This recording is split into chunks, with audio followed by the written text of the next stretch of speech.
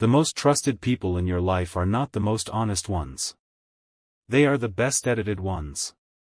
We've been sold a myth that authenticity means unfiltered disclosure, that the more raw, unguarded, and real you are, the more people will trust you. It's a comforting idea. It's also backwards. The people who move through the world with the most influence, the deepest relationships, and the least chaos are not the ones who say everything they think. They are the ones who have mastered something far more difficult, deciding, with precision, what gets seen, and what doesn't. This isn't manipulation. It's architecture. And today, we're going to take it apart. Somewhere in the last 2 decades, vulnerability got rebranded as a virtue in itself, as if the mere act of exposing something makes it valuable. It doesn't. Total disclosure is not intimacy. It's noise. When someone tells you everything, every insecurity, every grievance, every unfiltered thought, you don't end up closer to them. You end up managing them. Their oversharing becomes your burden.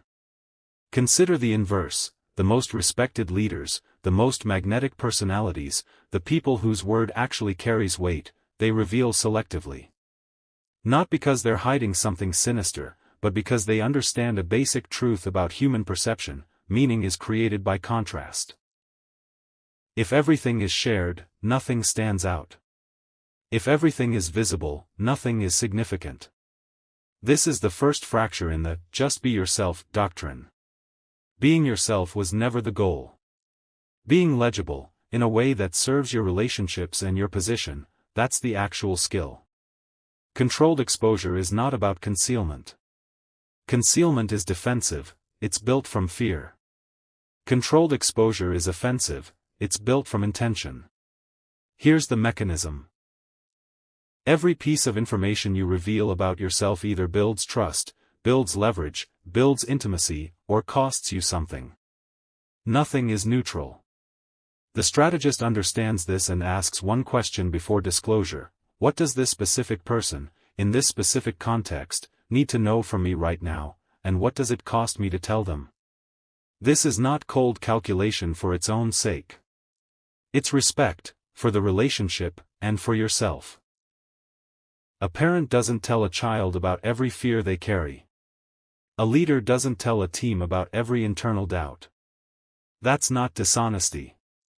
That's containment, the recognition that your inner world, dumped without structure, becomes someone else's problem to solve. The people who do this well operate on a simple internal rule: share the conclusion, not the spiral. Share the decision, not the 12 hours of doubt that preceded it.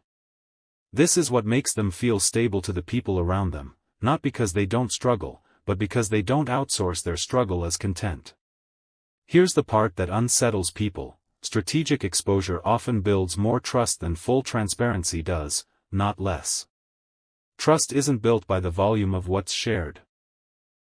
It's built by the reliability of the pattern. If someone reveals everything indiscriminately, you can't predict what they'll do with your information, because they've shown you they don't discriminate in the first place. But if someone reveals carefully, if they show you they choose what to share and with whom, you learn something far more valuable: that when they do open up, it means something. Scarcity creates weight. This is why the most guarded people are often the most trusted with secrets. Not despite their guardedness, because of it. They've demonstrated, through pattern, that disclosure is not a reflex for them. It's a decision. And decisions can be trusted in a way reflexes cannot. The uncomfortable implication here is this: the version of you that says, "I just tell it like it is, I don't filter myself," is not more trustworthy.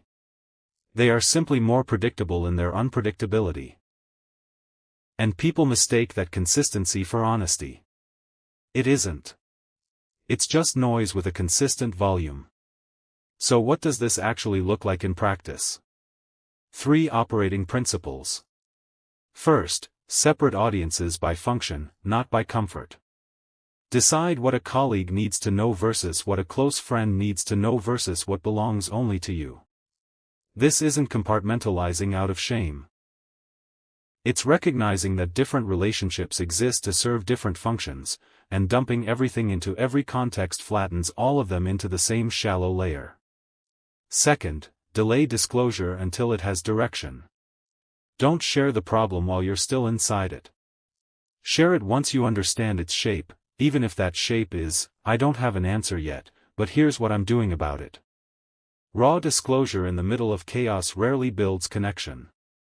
It transfers anxiety. Third, treat your reputation as a pattern, not a performance. Every time you reveal something, you're not just sharing a fact, you're teaching people how to predict you.